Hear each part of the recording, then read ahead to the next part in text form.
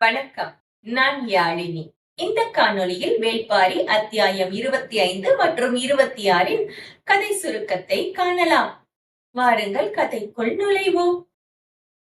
பரம்பு நாட்டின் தலைநகர் எவ்வியூர். அங்கு மாலை நேரம் சூரியன் குன்றும் நேரத்தில் ஊர் மக்கள் பெருவிழா தயாரிப்பில் இறங்கியிருந்தனர். அரண்மனைக்குள் நறுமண மலர் மாலைகள், வண்ண விளக்குகள், கலை நிகழ்ச்சி என மகிழ்ச்சி புயல் உருவாகி கொண்டிருந்தது.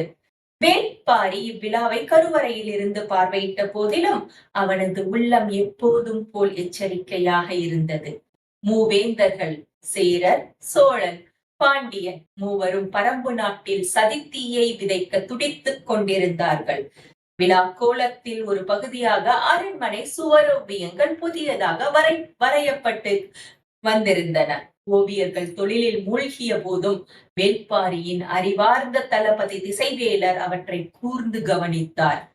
அழகிய வண்ணங்கள் நிறைந்திருந்தாலும் சில ஒவ்வாமை உணர்வு அச்சுறுத்தியது. ஒரு ஓவியத்தில் மரக்கிளைகள் பரம்பு பாணியிலின்றி வளைந்து இருந்தன. மற்றொன்றில் பரம்பின் சின்னமான முயல் பறவையின் இறகுகள் காணாமற் போயிருந்தன. நம் ஊர் கலைஞர்கள் இப்படி செய்ய மாட்டார்கள் என திசைவேலர் பயந்து எவரோ வேஷம் போன்ற அயல் நாட்டு கலைஞர் குழுவில் இருக்கலாம் என்ற சந்தேகத்தோடு வேள்பாரியிடம் சென்றார்.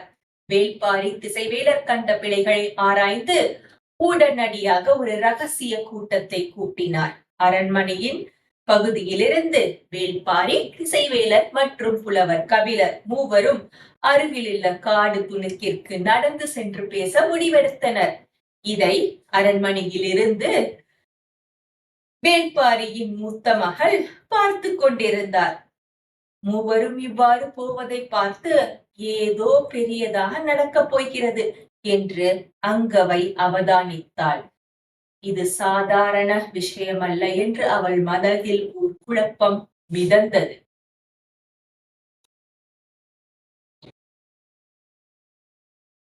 பொதுவாக பரம்பு நாட்டில் இது போன்ற விழாக்கள் நடந்தால் வெளிமாநில ஒற்றர்கள் ஓவியர் வேடத்தில் களம் மெருகுவது நடைமுறைதான் என்று கபிலர் அறிவுரை போல் வேள்பாரியிடம் விளக்கினார்.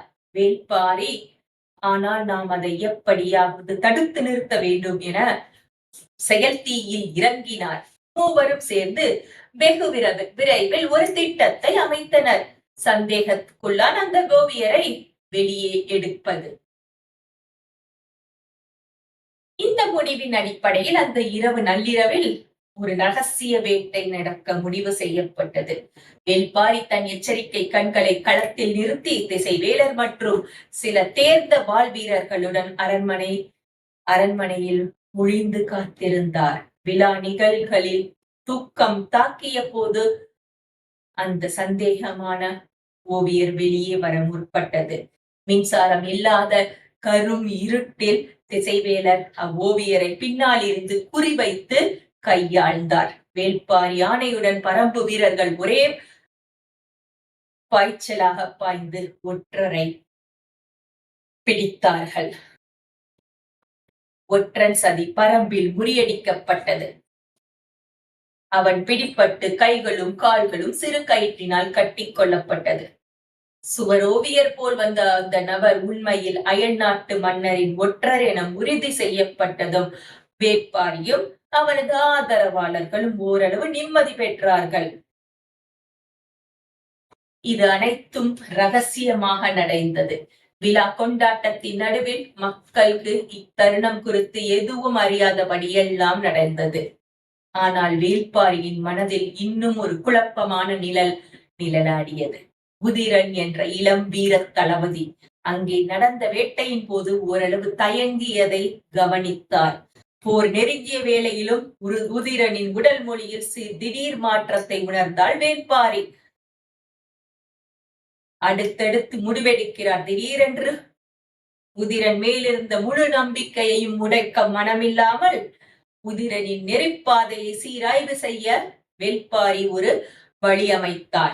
இரவெங்கும் கபிலரை பாதுகாக்க நீயே இரு என்று உதிரனுக்கு கடமை சேர்த்தார். இது உதிரனுக்கு எப்படி புரிந்தாலும் வேள்பாரி உதிரனை தனது கண்காணிப்பில் வைத்தார்.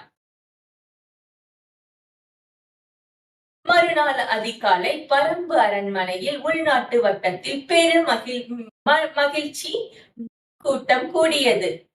ஒற்ற சதி முறியடிக்கப்பட்டது என்ற ஆழ்ந்த சந்தோஷத்தில் எதிரிகள் இப்போதெல்லாம் நிம்மதியை வேட்டையாட தொகுதியுள்ளனர் என திசைவேலர் எச்சரித்தார். வேள்பாரி ஏற்கனவே புரிந்து கொண்டிருந்ததை இனிமேலும் உறுதிப்படுத்தியதாய் தலையில் கர்வமுடன் நின்றார். கபிலர் நெகிழ்ச்சியுடன், என் இவ்வுடல் குரல் இனி பரம்புவின் குரலாகவே இருக்கட்டும் என்று உரக்க பேசி, நான் பாடும் ஒவ்வொரு பாடலும் புரட்சியின் குரலாக இருக்கும் என்றார். இதுவே வேள்பாரிக்கும் கபிலருக்கும் இருந்த நெருக்கமான நட்பின் முதல் படி. இந்நிகழ்ச்சி பரம்பு நாட்டை மீண்டும் ஒரு முறை எச்சரிக்கை சுடராக திருப்பியதோடு எதிரிகள் நேர்மையாக மோதலை விட எவ்வகையிலும் வெல்ல முயல கூடுதலை பறைச்சாற்றியது. பரம்பு நாட்டில் இந்த உளவு சதியை முறியடித்திருந்த வேரத்தில் தென் திசையில் பாண்டிய மன்னர் குலசேகரன் தனது அரண்மனையில் ஒரு வித்தியாசமான பேரணிக்கு தயாராகி கொண்டிருந்தார். மதுரை நகரில் பாண்டிய மன்னன் ஒரு பெரும் திருமண விழாவை தனிச்சிறப்புடன் நடத்தினார். அவர் கடல் பார்ப்பன வணிக குடும்பத்து தலைமை கோனை சூழ்கடல் முதுவனின் குடும்பத்துடன் ஆணிவேர் புரியும் திருமண கூட்டணியில் வழிமொழிவை கட்டினார். படையெடுப்பு மற்றும் வர்த்தக துணைக்கரமாக அந்த மணநாள் பாண்டியருக்கு அத்தியாவசியமான பயன்களை கொடுக்கும். இந்நிகழ்ச்சியில் பாண்டிய மன்னனுக்கு உதவிய தூதர்கள், கடல் வழி கூட்டாளிகள் மற்றும் மரபணு பேசும் விருந்தினர்கள் கூடி வந்தனர்.